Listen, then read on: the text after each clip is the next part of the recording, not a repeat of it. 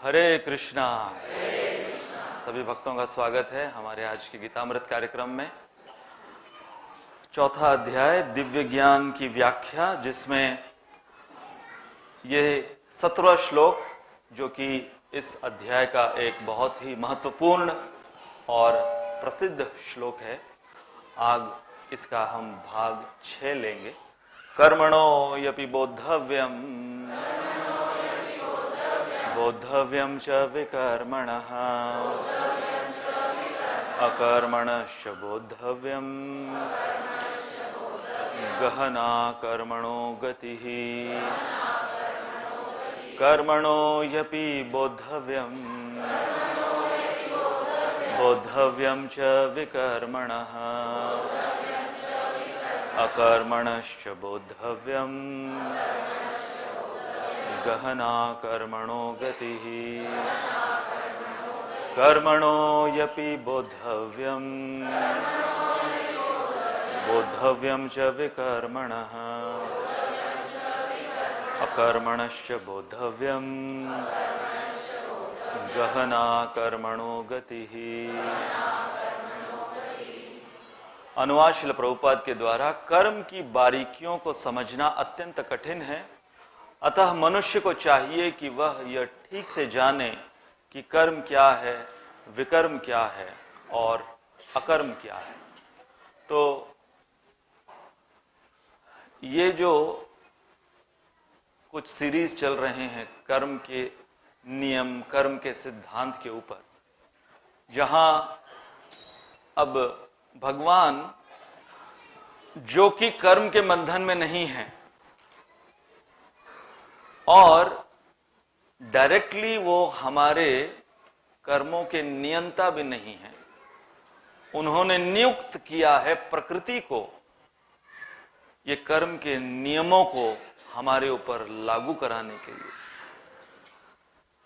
परंतु भली भांति वो जान रहे हैं और समझा रहे हैं कि जो विषय इतना गहन है, जो विषय इतना आवश्यक है, वो विषय हम मनुष्यों के लिए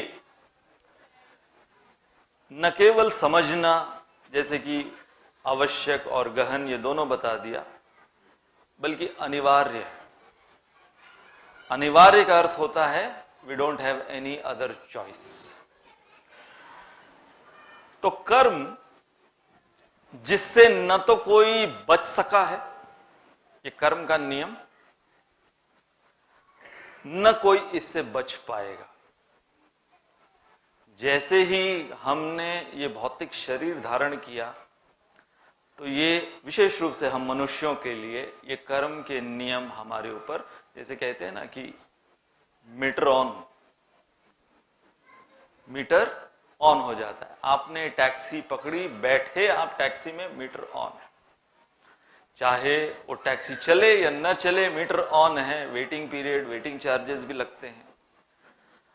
तो जीवन के कुछ मूल तत्व हैं, विशेष रूप से ये कर्म के सिद्धांत को समझने के लिए।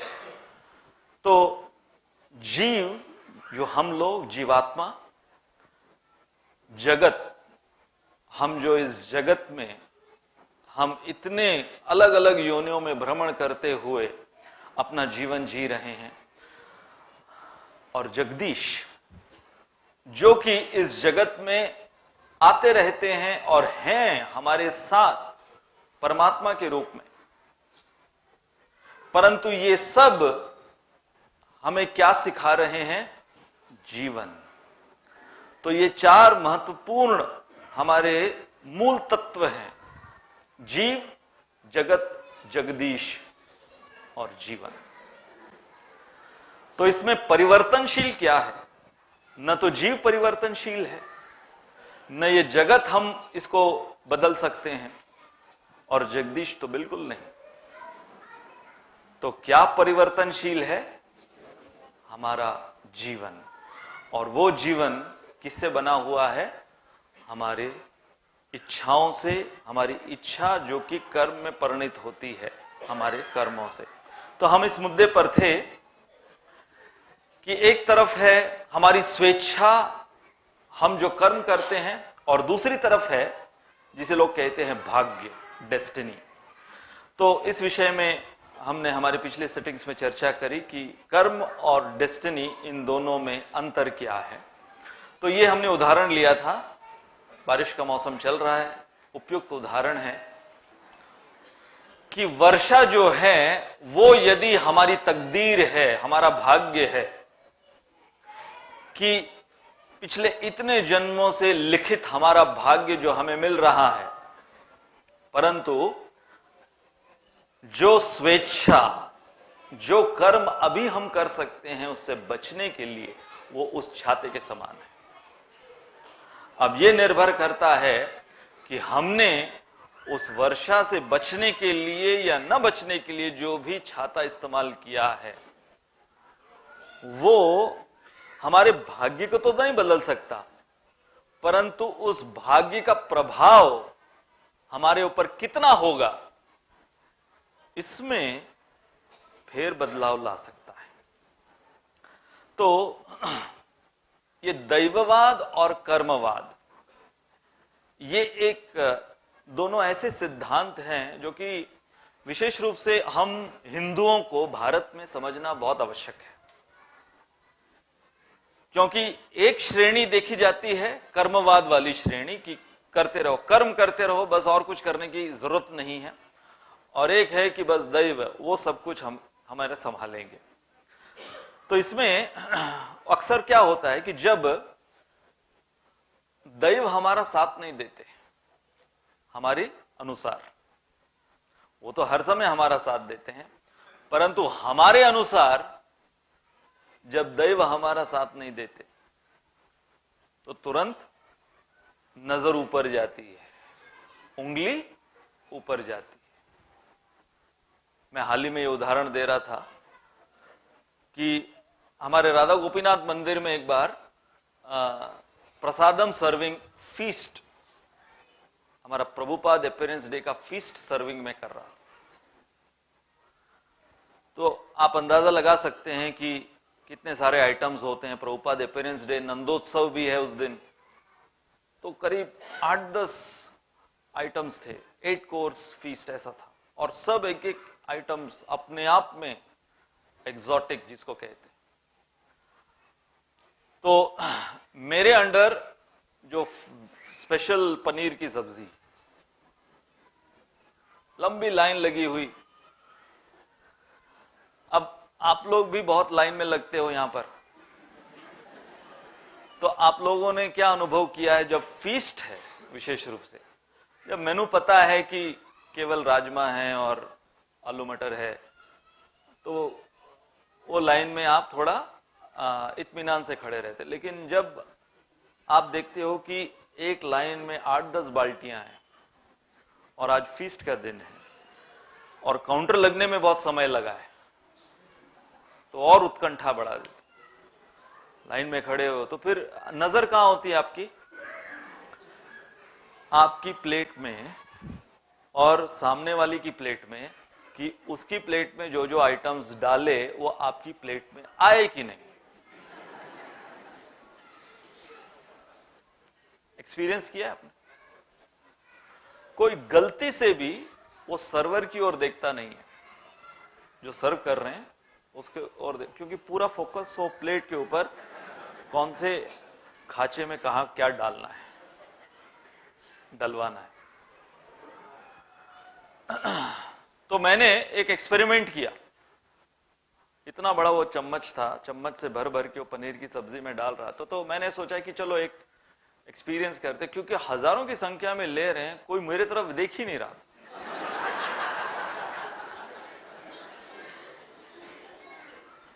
ऐसी समाधि देखी नहीं मैंने।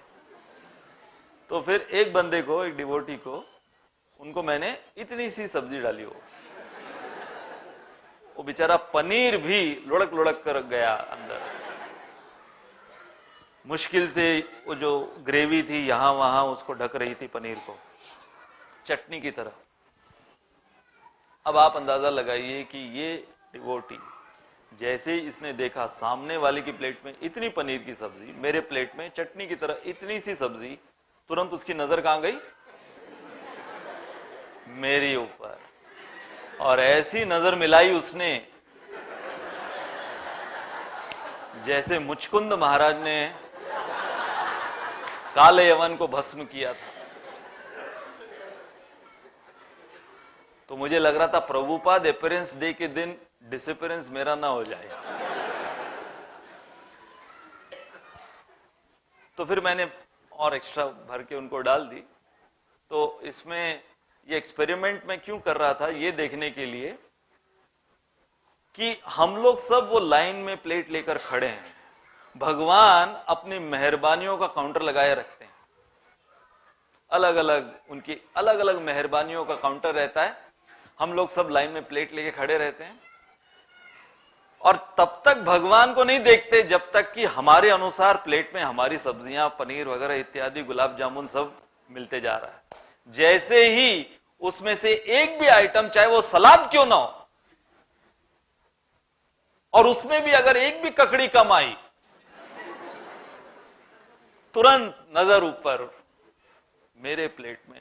और नजर ऊपर बहुत से कारणों की वजह से होती है। ये कारण कि मेरे प्लेट में ये पनीर कम क्यों, ये ककड़ी कम क्यों, ये तो ठीक है, इसके प्लेट में इतना क्यों, इसने कौन सा गुल खिलाया कि इसके प्लेट में इतना डाल रहे हो। हाँ, ये भी तो मेरे ही साथ सब कुछ कर रहा है। हाँ, बल्कि मैंने इसको प्रीच किया है। तो कई बार वो सारी शिकायतें होती, नजर ऊपर होती। तो यहां पर होता क्या है, ये एक इंटरेस्टिंग कॉन्सेप्ट आपके सामने प्रस्तुत करना चाहूंगा। कई बार भगवान हमें वो अपनी गोद में बिठाते हैं, इसको कहते हैं अंग्रेजी में लैप। तो कभी लैप मिलता है, कभी स्लैप मिलता है। जैसे कि एक कंजूस व्यक्ति था, तो उस घर में बैठा हुआ एक बार उसके छत से ईंट उसके सर पे गिर गई। उसी की छत की ईंट उसके सर पे गिरी। तो क्योंकि कंजूस था इसलिए माल अच्छा इस्तेमाल नहीं किया था उसने, खुद के ही मकान का। अक्सर लोग दूसरे के मकान का माल अच्छा इस्तेमाल नहीं करते। यहां पर इसने, ये कंजूस था, इसने खुद का ही माल अच्छा इस्तेमाल नहीं किया, तो ईंट उसके ही सर पे गिरी और यहां पे क्या कहते हैं उसको, टेंगुल, ऐसे सूझ गया। तो उसके रिश्तेदार वगैरह वो देखे कि अरे भाई खून निकल रहा है ये सब, तो तुरंत उसको अस्पताल ले जाने के लिए, और वो बेहोशी की अवस्था में था, उसको समझ में नहीं आ रहा था कि ये लोग क्या कर रहे हैं। मतलब थोड़ा से होश थे, थोड़ा सा ऐसे बेहोश था, सर पे ईंट गिरी हुई है। तो जैसे ही एम्बुलेंस के अंदर उनको रखा गया, अस्पताल ले जा रहे हैं, तो ये थोड़े बहुत अपने होश में वो परिवार वालों को मना कर रहा है, तू कहां ले जा रहे तुम लोग मुझे, अरे एक ईंट ही गिरी है, वहां पे 2-2 हजार का वो बिल काटेंगे, 2 रुपए की टैबलेट ले लो ठीक हो जाएगा ये 2 हफ्ते में। तो माने नहीं, वो डॉक्टर के पास ले गए, डॉक्टर ने वहां पर 2000 का बिल फाड़ दिया। और ये मैंने कहा था, अरे मैं जानता हूं मेरी ईंट है, ज्यादा से ज्यादा मेरा क्या बिगाड़ेंगे। तो ऐसे चिल्ला रहा है। डॉक्टर ने कहा, सेठ जी आप यहां पर आए, यहां पर आप पहुंचे, आपको पहुंचने में आधा घंटा लगा, आपके ऊपर जो भी हमने मरहम पट्टी करी उसको और 20 मिनट लगे। आपको पता है इस दौरान हुआ क्या है, आपकी छत गिर गई है, वो जहां पर केवल ईंट गिरी थी, 2 रुपए की टैबलेट में आप बैठे रहते थे, उसी छत के नीचे होता क्या, आपका काम तमाम। तब उसे समझ में आया कि कई बार दैव जो हैं हमें उस छत गिरने से पहले ईंट फेंकते हैं। चाहे इतना सा टिंगुल आए, लेकिन किससे बचा रहे हैं, पूरी छत गिरने से बचा रहे हैं। इसलिए अगली बार हमें भगवान की ओर अगर उनकी ओर हमको कोई इशारा भी करना है, हमारे जीवन में जो भी उतार चढ़ाव हो रहे होंगे, तो वो इस प्रकार से करना है। इसलिए मैं उदाहरण देता हूं कि जैसे हमारे जीवन में सुख दुख आते हैं, वो झूले के समान है। झूला झूले हैं ना आप लोग, तो झूला कैसे झुलाया जाता है? जब कोई दूसरा आपको झूला झुला रहा है तो वो पीछे से आपको धक्का लगाएगा और फिर आप आगे जाएंगे और फिर उतना ही पीछे जाएंगे। तो जितना पीछे गए हैं या जितना पीछे खींचकर आपको छोड़ा जाएगा उस झूले पर, उतना ही आगे आप जाएंगे कि नहीं?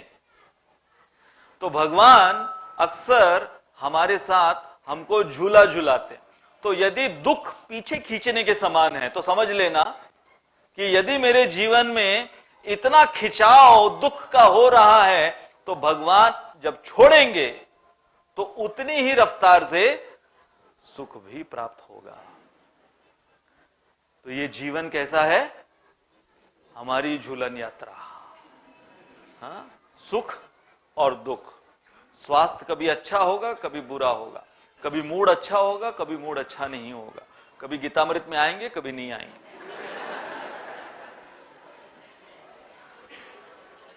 इसे कहते हैं लैप वर्सेस स्लैप।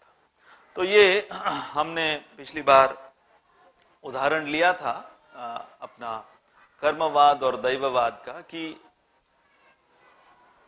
कर्मवाद जो बस मेरे वजह से सब कुछ हो रहा है। हमारे पूना के जो टेम्पल प्रेसिडेंट है राधेश्याम प्रभु, एक बार वो बता रहे थे उनके बचपन का एक किस्सा, बहुत इंटरेस्टिंग किस्सा बता रहे थे कि उनके आस पड़ोस में जहां पर वो रहते थे सांप दिखा, वो भी जहरीला सांप। तो सबको चौकन्ना किया गया कि सांप है, कहीं तो वो छिपा हुआ है। तो ये लोग सब अपने घर में टेबल के ऊपर खड़े हो कि यहां पर सांप नहीं आएगा और काटेगा नहीं। तो उतर ही नहीं रहे। आधा दिन बीत गया, टेबल से उतर नहीं रहे, टेबल के ऊपर डरे हुए। फिर किसी ने उस सांप को पकड़ लिया, सांप को मार डाला। अब जैसे इनको पता चला, ये नीचे पूरे बहादुरी के साथ नीचे उतरे, छड़ी ली और उस मरे हुए सांप को और मारे। तो ये इस किस्से को एक बार बता रहे थे और बोल रहे थे कि कई बार ये जो डूअरशिप है हमारा, इसी प्रकार से जैसे भगवान ने अर्जुन को कह दिया कि अर्जुन यदि तू नहीं मारेगा, ये तो वैसे ही मरने वाले मेरे हाथों। तो क्या है, सांप को वैसे ही मार दिया है, तो छड़ी लेके मारता रहे, लोगों को लगेगा कि हाँ भाई इसने भी कुछ अपना पराक्रम दिखाया। जैसे रामायण में एक लोक कथा है कि वानर सेना जब लड़ रही थी रावण की सेना से, तो हर दिन लड़ाई के पश्चात वानर सब इकट्ठा होते और वो अपना अपना पराक्रम बताते कि आज उन्होंने क्या किया। और वानर सेना क्या उनको लड़ाई आती थी, कोई पत्थर उठा के मारते थे, कोई छड़ी उठा के, कोई वृक्ष की कोई टहनियां उठा के, ऐसी लड़ाई करते थे वो रावण की सेना के साथ। तो एक बंदर ने, होता ना कई होते हैं जो डींगे मार रहा था, वो बंदर डींगे मारते हुए कहता है क्या पता आप लोगों को, मैं बताता हूं मैंने क्या कैसे मारा। एक सैनिक होगा, बड़ा सैनिक था, वो ऐसा हट्टा खट्टा लंबा मुष्ठंडा था, उसका मैंने बायां हाथ काटा पहले। हाँ अच्छा, तू तो ऐसा है। अरे फिर उसका मैंने दायां हाथ काटा, पहले बायां, फिर पूरा अलग कर दिया, उसके धड़ से अलग कर दिया, दोनों हाथ अलग कर, फिर उसका बायां पैर काट दिया, फिर उसका दायां पैर काट दिया। अरे तेरी, अच्छा। तो एक बंदर ने पूछा, अरे इतना सब तू कर रहा था, उसका सर काट देता। वो पहले से किसी ने काट दिया।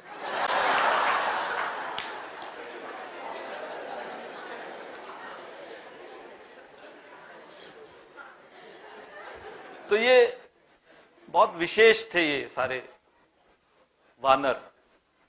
लक्ष्मण, एक बार लक्ष्मण ने देखा कि रामचंद्र जी बैठे हुए हैं सीता के साथ, और ये युद्ध होने के पश्चात की बात है। और ये सारे बंदर पेड़ के ऊपर, अलग अलग टहनियों के ऊपर, जिस पेड़ के नीचे रामचंद्र जी बैठे हैं सीता के साथ, पेड़ के ऊपर सब लोग जाकर छलांग लगाकर बैठ गए। लक्ष्मण इनकी तरफ देख रहे हैं, अरे तुम लोगों को शर्म नहीं आती, तुम ऊपर जाके बैठ रहे हो भगवान के। ये लोग लक्ष्मण की ओर देख रहे हैं कि अब हम तो बंदर हैं, हम तो ऊपर ही बैठते हैं, हमको क्या पता। तो लक्ष्मण की नजर देखकर फिर डर के मारे वो लोग सब नीचे आए। तो उसके पश्चात हुआ क्या कि अब 14 वर्ष के पश्चात रामचंद्र जी लौटे हैं, और वो भी विजयी होकर लौटे हैं। विजयदशमी का महोत्सव, विजयी होकर लौटे हैं। तो सबसे पहला न्योता रामचंद्र जी को मिला कहां से? महाराज जनक। महाराज जनक ने बुलाया, किस पर? फीस्ट पर, कि 14 साल से आप लोग केवल कंदमूल खाए, तो इसलिए ससुर जी बुला रहे हैं। कौन है? जनक महाराज। तो ससुराल जाना है। तो रामचंद्र जी थोड़ा केयरफुल हो गए कि ससुराल जाना है। तो जैसे ही अब ये न्योता मिला उनको, तो सबको बुलाया गया था, लक्ष्मण को, सबको बुलाया गया था, और भाइयों को, तो सबको न्योता। यहां पर सारी वानर सेना, उन्होंने सुना हम भी चलेंगे। रामचंद्र जी ने कहा, भैया अब तक ठीक था, रावण की लंका तक ठीक था, अयोध्या तक ठीक था, ये इज्जत का मामला है, मेरा ससुराल है। तो वानर सेना, नहीं हम तो चलेंगे, इतनी सेवा आपकी हमने की है, हम भी तो देखना चाहते हैं आपका ससुराल कैसा है, और आपकी कैसी जमाई राजा की कैसी आपकी पेशकश वहां पर करते हैं, वो लोग देखना चाहेंगे। तो हनुमान जी बोलते हैं, मैं सब इनका जिम्मा लेता हूं, आप घबराइए मत, ये सब कंट्रोल में रहेंगे, मेरे अंडर रहेंगे। तो अभी वहां पर पहुंचे जनक महाराज, वो आश्चर्यचकित, क्योंकि बहुत बड़ी सेना थी। महाराज जनक के लिए भी चैलेंज था इनको सबको खिलाना। एक तो वानर, ऊपर से संख्या इतनी इनकी, अरबों खरबों थे ये लोग। तो महाराज जनक ने चुनौती ली, तो हनुमान जी को कहा कि भाई आप इनके सरदार हैं, तो आप थोड़ा इनको कंट्रोल में रखिए और टाइमिंग के अनुसार। तो हनुमान जी ने सबको कह दिया 1 बजे लंच होगा, उस घंटी बजाई जाएगी, और घंटी सुनने के पश्चात ही आना है प्रसादम हॉल में। सोचो कितना बड़ा प्रसादम हॉल आयोजित किया था उनके लिए। तो हुआ क्या, पहले दिन ये सारे इंस्ट्रक्शंस दिए गए, तो दूसरे दिन 12 बजे घंटी बज गई और सब लोग आ गए। प्रसादम हॉल में अभी तक कोई वहां पर चटाई नहीं बिछी हुई है, कोई पत्तल नहीं लगे हुए हैं, वो लोग सब आ गए, और यहां वहां देखा प्रसाद तो रेडी था, सर्विंग शुरू कर दिया। तो हनुमान जी को पता चला, महाराज जनक, रामचंद्र जी बोले, अरे देखो वहां पर क्या कर रहे हैं ना, वो 12 बजे पहुंच गए वो लोग सब। तो हनुमान जी जाके वहां पर देखते हैं, ये तुम लोग 1 घंटे पहले कैसे आए? घंटी बज गई, किसने बजाई, किसने बजाई, किसने बजाई? किसको पता नहीं किसने बजाई। फिर हनुमान जी ने कहा, देखो मैं जो करूंगा वही तुमको करना है,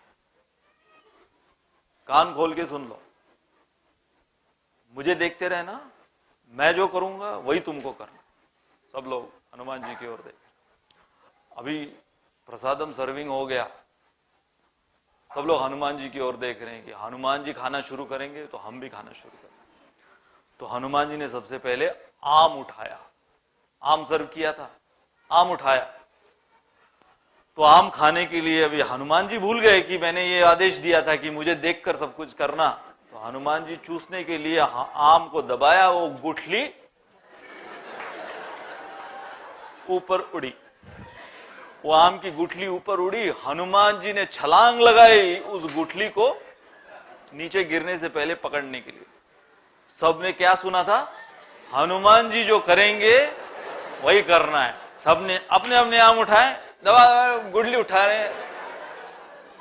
अब आप वो सीन इमेजिन कीजिए, उस प्रसादम हॉल में क्या हुआ। ये थोड़ा साइड पॉइंट याद आ गया। तो कर्मवाद और दैववाद, इसमें ये अंतर है। तो हमने ये एग्जाम्पल लिया था कि जैसे कर्मवाद वीडियो गेम है, आजकल वीडियो गेम के विषय में बहुत बोला जा रहा है, और दैववाद वो लूडो का गेम है, लेकिन हमारे लिए ये है गेम ऑफ चेस, कि जिसके अंदर हमें आगे की सोचकर मनुष्य, हम बता रहे थे हमारे जन्माष्टमी के प्रवचन में कि संस्कृति का अर्थ क्या है हम मनुष्यों के लिए, कि हमारे अतीत से हम हमारे वर्तमान को सुधारें और हमारे वर्तमान से हम हमारे भविष्य को सुधारें। ये एक परिभाषा है संस्कृति की। तो ये प्रश्न हमने लिया था, यदि आपको याद है, did Arjun win the Kurukshetra war because of hearing the Bhagavad Gita? ये जो कवर पेज है भगवद गीता का, ये ठीक ठीक बताता है कि बैलेंस कर्मवाद में और दैववाद में कैसा होना चाहिए। कितनी बार हमने कवर पेज देखा है भगवद गीता का? बहुत बार यही दिखता है घरों में, टाइम नहीं मिलता अंदर खोलने का, तो कवर पेज ज्यादा दिखता रहता है। तो ये कवर पेज के ऊपर ये जो चित्र है, इसमें कर्मवाद और दैववाद, ये दोनों का बैलेंस बताया गया है। कैसे? कि अर्जुन का रथ भगवान हाँक रहे हैं, परंतु युद्ध अर्जुन को लड़ना है। जो रथ हाँक रहे हैं उनके अंदर सारी शक्ति है इस युद्ध को जीतने की, और बहुत दफा उन्होंने दिखा भी दिया नमूने, अपने एक एक नमूना दिखाया कि कैसे उनके वजह से ये रथ टिका हुआ है अर्जुन। तो अर्जुन यदि ये सोचते कि अरे सबसे बड़े दैव मेरा रथ हाँक रहे हैं, तो मुझे कुछ करने की क्या जरूरत है। और फिर एक एक्सट्रीम है कि मैं ही सब कुछ करूंगा, युद्ध जीतूंगा, मुझे इनकी जरूरत नहीं। इसलिए भगवत गीता का कवर पेज परफेक्ट एक्सप्लेनेशन है बैलेंस किसका? कर्मवाद और दैववाद का। फिर हमने ये उदाहरण लिया था द्रौपदी और अर्जुन का, कि द्रौपदी ने अपने दोनों हाथ ऊपर किए, परंतु पूरा प्रयास करने के पश्चात अर्जुन ने हाथ ऊपर कर दिए थे प्रथम अध्याय में, फिर 18वें अध्याय में अर्जुन ने अपना पूरा सर्वस्व न्यौछावर कर दिया भगवान की सेवा हेतु। तो अब हम इसी कर्म के सिद्धांत की चर्चा में एक नए विषय पर आते हैं। ये विषय क्या है? Ambition versus destiny. एम्बिशन किसे कहते हैं? महत्वाकांक्षा। कि महत्वाकांक्षा क्या है? कि जैसे बच्चों को पूछो क्या बनोगे बड़ा होकर, तो बड़े उनके ऐसे ऐसे एम्बिशंस, कई बार उनको बोला जाता है कि ये बोलना, जब भी कोई पूछेगा तो बड़ा होकर क्या बनना है? प्रधानमंत्री बनूंगा। बड़ा एम्बिशन होता है, प्रधानमंत्री बनूंगा। फिर जब बड़ा होता है समझ में आता प्रधानमंत्री तो मुश्किल है, मंत्री बन जाऊं ठीक है। फिर थोड़ा और बड़ा होता है, प्रधानमंत्री मंत्री छोड़ो संतरी भी बन जाऊं वही बहुत है। तो शुरुआत में वो महत्वाकांक्षा क्या रहती है? करोड़पति बन जाऊं। फिर समझ में आता है अरे बाप रे तो बहुत मुश्किल है, कम से कम लखपति तो बन जाऊं, वही मुश्किल है। कम से कम पति तो बन जाऊं, वो तो निभा लूं एक। 1000-2000 की नौकरी मिल जाए बस उसमें तसल्ली कर लेते हैं। तो होता क्या है, एक होती है हमारी महत्वाकांक्षाएं, अच्छा है होना चाहिए, human beings should be ambitious. और एक तरफ है जो रियलिटी है, हमारे भाग्य की रियलिटी है, उसको भी समझना है कि हमारे एम्बिशन और हमारा जो डेस्टिनी है उसको हमको डिसरिगार्ड नहीं करना है, परंतु साथ में लेते हुए उस एम्बिशन को पूरा करना है। इसलिए इस विषय पर हम सबसे पहला ये उदाहरण लेंगे कि 4 प्रकार के लोग होते हैं, और ये 4 प्रकार के लोग, इनको समझने के लिए हमने उदाहरण लिया है अलार्म क्लॉक का। तो हम सब ने अनुभव किया है, अलार्म क्लॉक हम लगाते हैं, भक्त बनने के बाद तो ज्यादा यूज करते हैं अलार्म क्लॉक। तो अलार्म क्लॉक जब कोई लगाता है तो 4 प्रकार के लोग उसके साथ आदान प्रदान करते हैं। तो सबसे पहला बंदा, उसको सुनाई नहीं देता है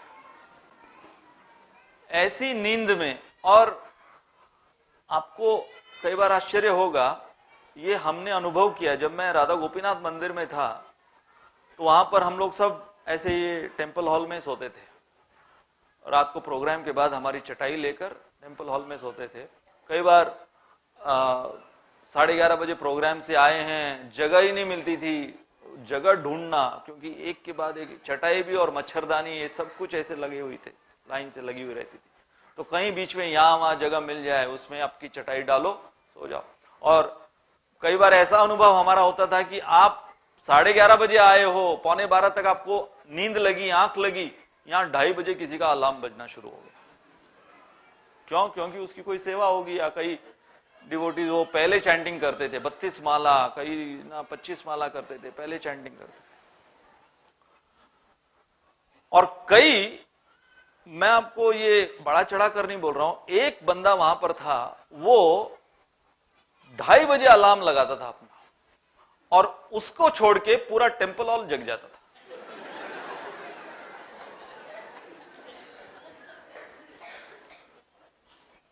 तो एक बार मैं, वो बहुत दूर प्रोग्राम कर आया था, न्यू बॉम्बे से आया था। न्यू बॉम्बे से प्रोग्राम करते करते मुझे 12:30 बज गए थे आते आते। तो आया, फिर मैं इतना थका था कि जैसे ही वो चटाई फैलती और मैं भी फैल कर सो जाता, तो देखा बगल में ये इसने चटाई लगा रखी है, और ये सोया नहीं था, ये बस अलार्म अपना सेट कर रहा था, सोने जाने वाला था। तो मैंने पूछा कि प्रभु जी कितने बजे का लगाया अलार्म? वही 2:30 बजे का। अब इनको कोई इसमें कभी कुछ रंज भी नहीं होता था। रंज समझते हैं आप? कभी ग्लानि नहीं होती थी कि इनके वजह से कितने लोग ब्रह्म मुहूर्त से पहले उठ रहे हैं।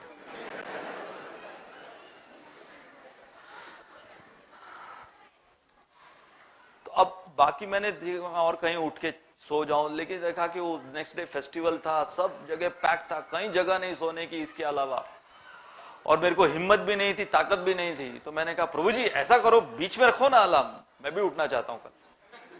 हाँ अच्छा, क्यों नहीं क्यों नहीं। तो उन्होंने दोनों चटाई के बीच में अलार्म रखी। जैसे उन्होंने करवट बदली,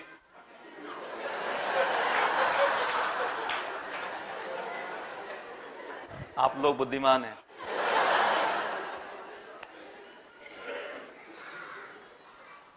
और सुबह इनको पता नहीं चलता, सुबह कभी इन्होंने पूछा नहीं कि अलार्म बजा कि नहीं बजा। ये विशेष बात थी। हमारे वहां पर बहुत सीनियर ब्रह्मचारी, आयु में बहुत सीनियर, मथुरा मोहन प्रभु, उनको बहुत कच्ची नींद उनकी थी, अभी भी है। तो जब भी ऐसा अलार्म बजता तो वो पूरे टेम्पल हॉल में टॉर्च लेके ढूंढते किसका बज रहा है। कभी किसी का 2:30 बजे बज रहा है, 2:45 बजे बज रहा है। तो ये एक बार मैंने देखा कि ये ढूंढ रहे हैं, टॉर्च लेके, अलार्म बज रहा है, आवाज सुनाई दे रही है, लेकिन कहां से आ रही है आवाज, वो ढूंढ रहे हैं। तो मैं भी जग गया था, तो मैं उनको गाइड कर रहा हूं। रात के 3 बज रहे हैं या सुबह के 3, मैं उनको गाइड कर रहा हूं, प्रभु जी थोड़ा सा वो चटाई, थोड़ा सा आप वहां से राइट जाइए, उधर से वो अलार्म की आवाज आ रही। वो गए कैसे, तो पैर इधर उधर करके वो अलार्म उठाया। जिसने लगाया था वो अपना इत्मीनान से सो रहे थे।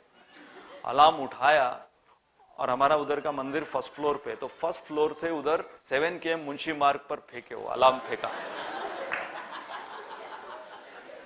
और अच्छा थ्रो था उनका। पूरा वो मार्बल कोर्टयार्ड क्रॉस करके सीधा वो सड़क पर जाकर अलार्म क्लॉक गिरा। इतने ये गुस्से में थे कि नींद हराम कर दी, उठता तो खुद है नहीं, और पूरा अलार्म क्लॉक फेंक दिया। मैंने देखा अलार्म के टुकड़े हो गए लेकिन बज रहा है, वो उधर भी जाके वो बज रहा है।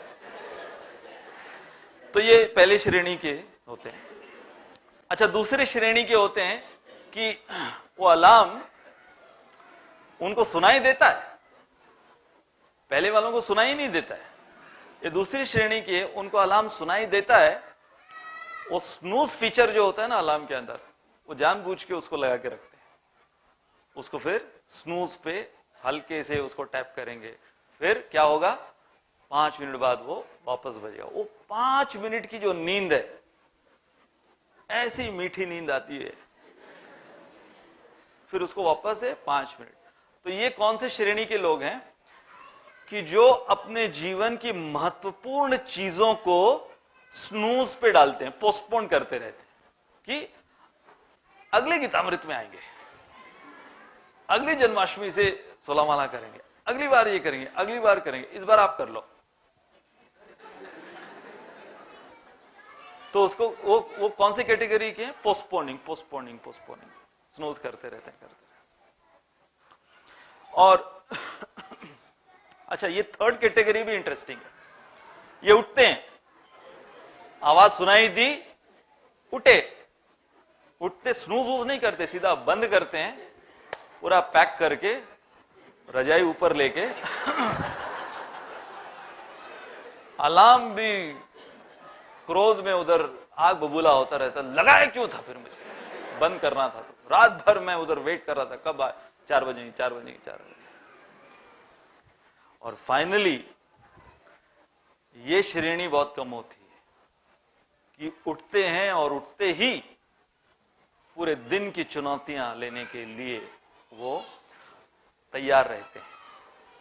तो अब हमको निर्धारित करना है कि हम हमारे जीवन की महत्वाकांक्षाएं और हमारे भाग्य को कौन सी श्रेणी में डालते हुए अपना जीवन जी रहे हैं। तो भगवत गीता जब भगवान ने सुनाई, हमने अभी अभी जो बात कही थी संस्कृति के विषय में कि हमारे वर्तमान से हम हमारे भविष्य को उज्जवल करें, तो हम ये उदाहरण दे रहे थे कि जैसे अभी ये जो समय वर्तमान 8:55 ये समय हो रहा है, ये समय आपके लिए भी समान है और पूरे नासिक में जितने नागरिक हैं, भारत में जितने नागरिक हैं, उनके लिए भी यही समय हो रहा है। परंतु ये समय आप लोगों ने यहां पर आकर बिताना चाहा तो ये समय वर्तमान का आपके भविष्य को बदलेगा। आपने अनजाने में आ गए होंगे, किसी के कहने पर आ गए होंगे या ऐसे ही टहलते हुए आ गए होंगे, परंतु जो चयन आपने अभी इस समय किया है करने का, ये आपके भविष्य में बदलाव लाएगा। ये अलग बात है कि वर्तमान ये जो प्रेजेंट समय चल रहा है उसमें आप लोग कितना सुन रहे हैं, आ गए होंगे। इसमें भी जो भी 500-600 आप लोग बैठे हैं, उसमें से कितने वो बाहर जो चल रहा है उसको सुन रहे हैं, कितने इधर सुन रहे हैं, कितने मन को सुन रहे हैं। मन बहुत कुछ बोलता रहता है लेक्चर के बीच में, ऐसा नहीं कि खाली यही मैं बोल रहा हूं, मन भी बहुत कुछ अंदर से बोलता रहता है, उसको सुन रहे हैं। इसलिए भगवत गीता एक ही समय 3 शख्स उन्होंने सुनी, 3 व्यक्तियों ने भगवत गीता सुनी, धृतराष्ट्र, संजय और अर्जुन।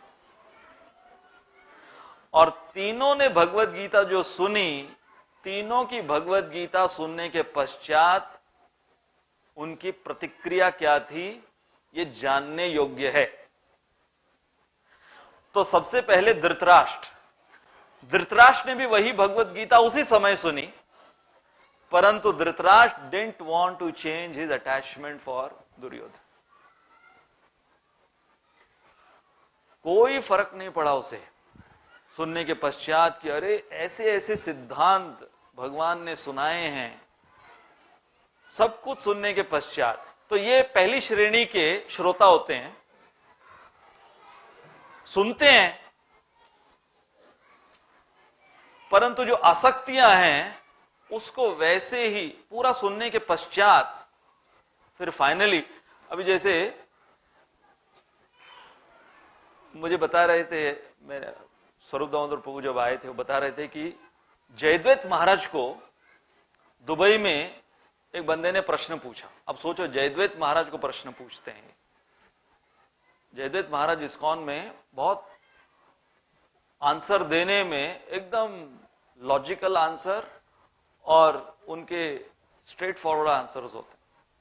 बहुत सोच समझ के उनसे क्वेश्चन पूछना लोग करते हैं, हिम्मत रखने वाले प्रश्न पूछते हैं उनसे।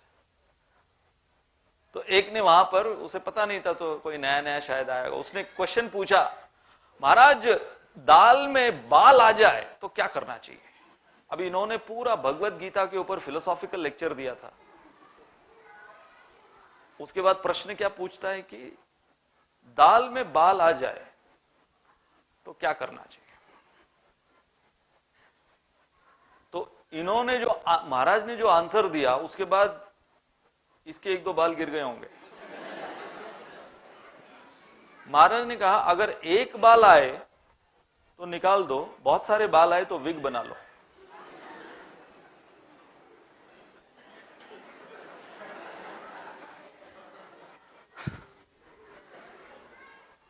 मतलब ऐसे लेक्चर के बाद, जैसे मैं एक बार यही उदाहरण दे रहा था कि मैंने माइंड कंट्रोल के ऊपर 2 घंटे का पावर पॉइंट प्रेजेंटेशन दिया था एक कॉलेज में, ऐसे ही पूरा पावर पॉइंट के साथ माइंड कंट्रोल के ऊपर।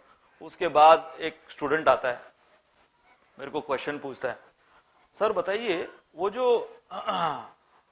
शिवजी ने गणेश जी का सर काटा था, पार्वती ने वो कटे हुए सर का क्या किया?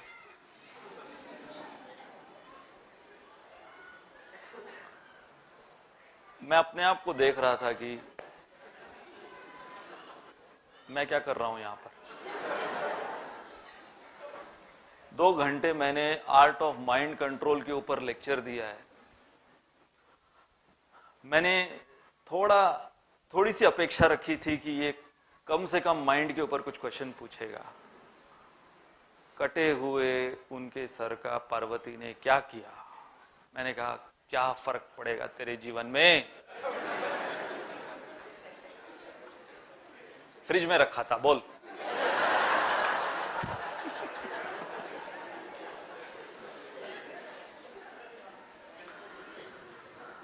तो कई कैटेगरी के होते हैं कि कुछ पल्ले नहीं पड़ता। धृतराष्ट्र, फिर संजय ने श्रवण किया। संजय का निष्कर्ष क्या था? यत्र योगेश्वर कृष्ण यत्र पार्थ धनुर्धर यत्र शरीर विजयोर भूतिर ध्रुवा नीतिर मतिर्ममा। अंतिम श्लोक संजय द्वारा कहा गया। तो संजय का निष्कर्ष क्या था कि हां, जहां पर योगेश्वर भगवान है और पार्थ धनुर्धर है, वहां पर श्री विजय भूति ये सब कुछ है। परंतु संजय की दुविधा क्या थी कि धृतराष्ट्र की नौकरी नहीं छोड़ सके। हां, समझ में सब कुछ आया, गुणगान किया, परंतु धृतराष्ट्र की नौकरी नहीं छोड़ सके।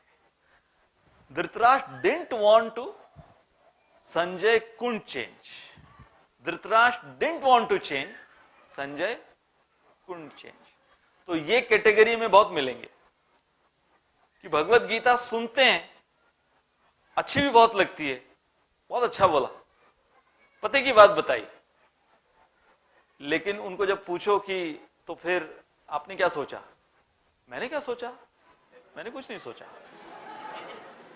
आपने सोचा ना, सोच के तो आप बोल रहे थे।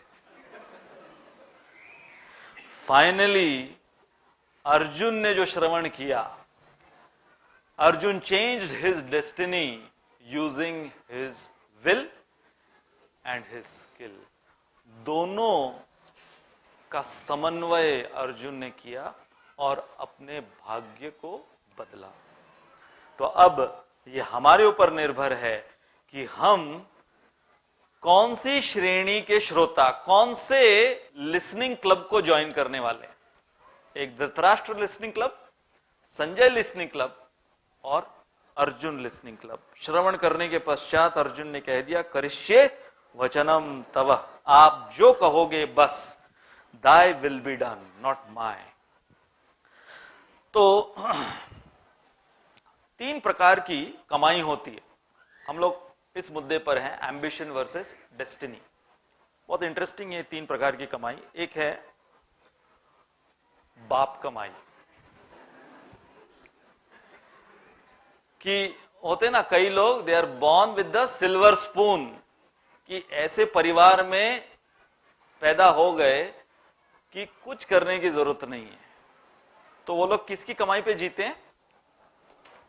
बाप की कमाई। इसलिए वो एक दोहा है ना,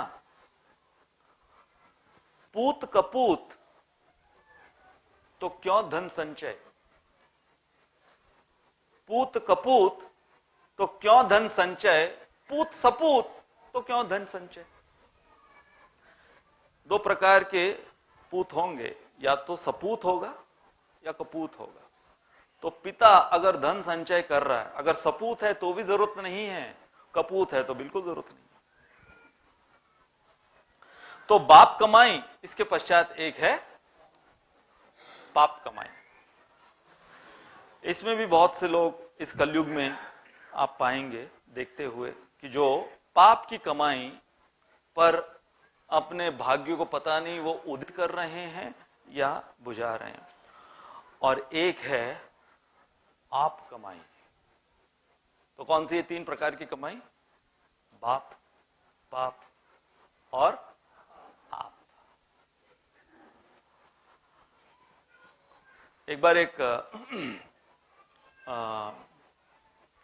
राजा की पुत्री राजकुमारी अपनी सहेलियों के साथ वो जो उनके राज्य का उपवन था, जो कि थोड़े वन के अंदर था, वहां पर विहार करने गई। तो वहां का जो सरोवर था, उस सरोवर में वो स्नान कर रही थी। और उसी समय एक कोई बेचारा दुखियारा उस सरोवर से लगे हुए पर्वत से आत्महत्या करने के लिए कूदा। तो ये लोग नहा रहे हैं, इसे नहीं पता ये पर्वत से कूदा है आत्महत्या करने के लिए। उसी समय इस सरोवर में एक मगरमच्छ राजकुमारी को खाने के लिए अपना जबड़ा खोल रहा है। टाइमिंग देखो, ये मगरमच्छ राजकुमारी को खाने के लिए मुंह खोला है अपना, उसी समय ये ऊपर से जो आत्महत्या करने के लिए कूदा, इस मगरमच्छ पे कूदा। इसे नहीं पता था ये मगरमच्छ है यहाँ पे, इसे भी नहीं पता राजकुमारी भी है। राजकुमारी को नहीं पता कि ऊपर से कौन टपका। मगरमच्छ डर गया कि ये हुआ क्या, वो डर के मारे भाग गया। अब बाकी सारी जो उनकी दासियां राजकुमारी की, उन्होंने देखा ये मरा तो नहीं। इसने देखा कि ये लोग कौन है यहाँ पर। ये दासियां इसको लेकर राजा के पास गई कि सरकार आपकी बेटी को इसने बचाया। ये खड़ा हुआ है, सरकार कौन है, ये लोग कौन है, शादी इसकी मेरी बेटी के साथ हो जानी चाहिए।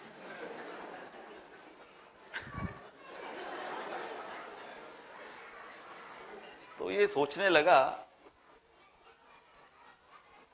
कि आत्महत्या करना अच्छा था कि बुरा था। मैं मतलब अभी हो रही है कि पहले हुई कि नहीं हुई।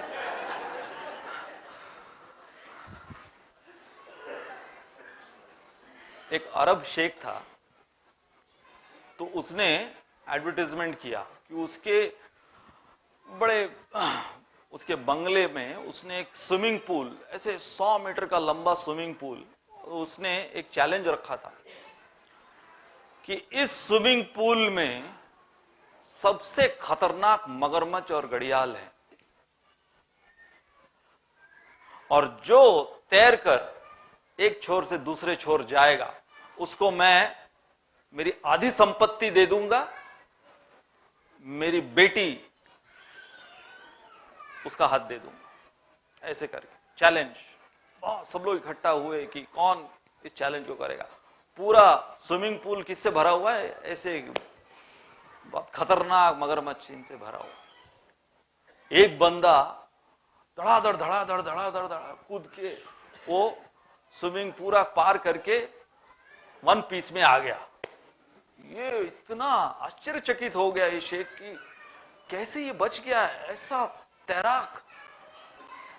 मान गए भाई, मान गए तुमको, तुम्हें मेरी आधी संपत्ति चाहिए? उसने कहा नहीं। तो मेरी बेटी का हाथ शादी में, वो भी नहीं चाहिए। तो तुमको क्या चाहिए? मुझे धक्का किसने मारा बताओ।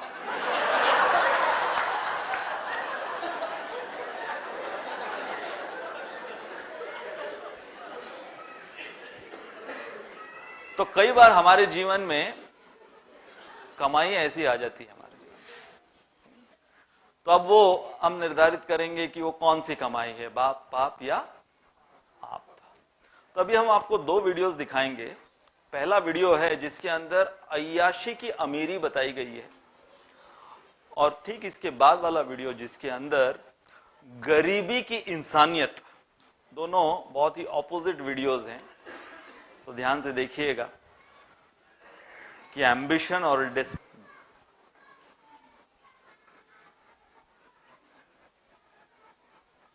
आणि ब्रेक नंतर एक इंटरेस्टिंग बातमी आहे। जगातला सर्वात स्वस्त 4G चा मोबाईल फोन ज्या कंपनीनं देशवासियांना देऊ केलाय त्याच कंपनीच्या मालकीणबाई नीता अंबानी यांच्याकडच्या फोनची किंमत ऐकली तर तुम्ही चक्रावून जाल। ऍपलचा आयफोन तब्बल 311 कोटींचा हा सध्या नीता अंबानी यांच्याकडे आहे। Falcon Supernova iPhone 6 pink diamond.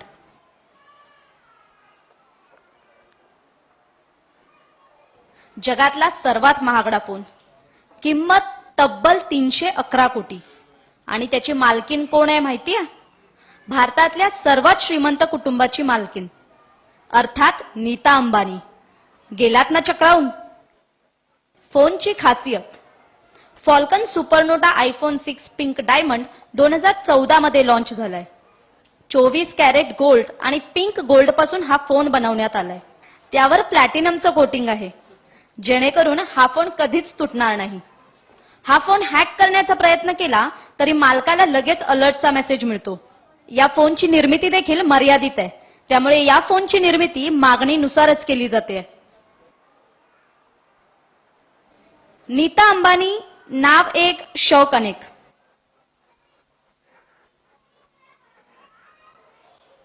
आपल्या लक्झरियस लाईफनं नेहमीच लोकांच्या चर्चेत असलेल्या रिलायन्स इंडस्ट्रीजचे मालक मुकेश अंबानींची पत्नी। साड्या असो, घड्याळ असो, काहीच नाही तर अगदी सँडलही असो, बाईंचे शौक काही थांबत नाहीत। नीता अंबानींच्या चहा पिण्याचा कपही खास जपानमधून आलाय, ज्याची किंमत तब्बल 3 लाख रुपये। Bulgari, Cartier, Rado, Gucci, Calvin Klein सारख्या ब्रँडची प्रत्येकी 5 लाखांची घड्याळं त्या घालतात। नीता अंबानींच्या हँडबॅगचं कलेक्शन तर निराळच आहे। हिऱ्यानं मढवलेली बॅग वापरण्याचा शौक आहे बाईंना। शनेल, गोयार्ड, जिमी चुकेरी या ब्रँडची आवड आहे नीता अंबानींना, ज्याची किंमत सुद्धा 3 ते 4 लाखांच्या घरात आहे। सँडलचे शौक तर बाईंचे निराळेच आहेत। नीता अंबानी एकदा घातलेली चप्पल आणि कपडे पुन्हा कधीच घालत नाहीत। रिलायन्स इंडस्ट्रीजचे अध्यक्ष असलेले मुकेश अंबानी यांची अँटिलिया ही 27 मजली इमारत दक्षिण मुंबईतल्या अल्टा माउंट रोडवर आहे, ज्याची किंमत अंदाजे 13,000 कोटी रुपये इतकी आहे। आता एवढी करोडोची संपत्ती असल्यावर अशी शान शौकी तर होणारच ना। होऊ दे चर्चा, पैसा आहे घरचा। ब्युरो रिपोर्ट, एबीपी माझा।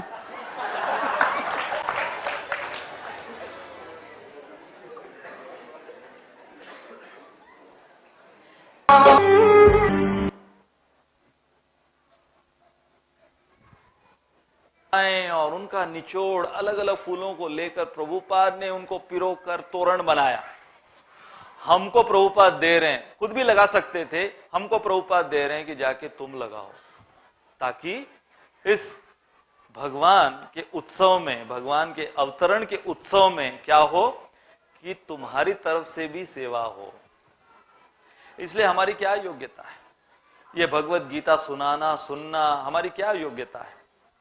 कि हम लोग का अगर अतीत देखा जाए तो हमने क्या ऐसा किया था कि जो हमें प्राप्त हुआ। जैसे श्रील प्रभुपाद के शिष्यों ने पूछा, प्रभुपाद के शिष्यों ने पूछा कि हमारे अंदर ऐसी क्या योग्यता थी? प्रभुपाद ने कहा नहीं थी, मैंने क्रिएट की, निर्माण की तुम्हारी योग्यता।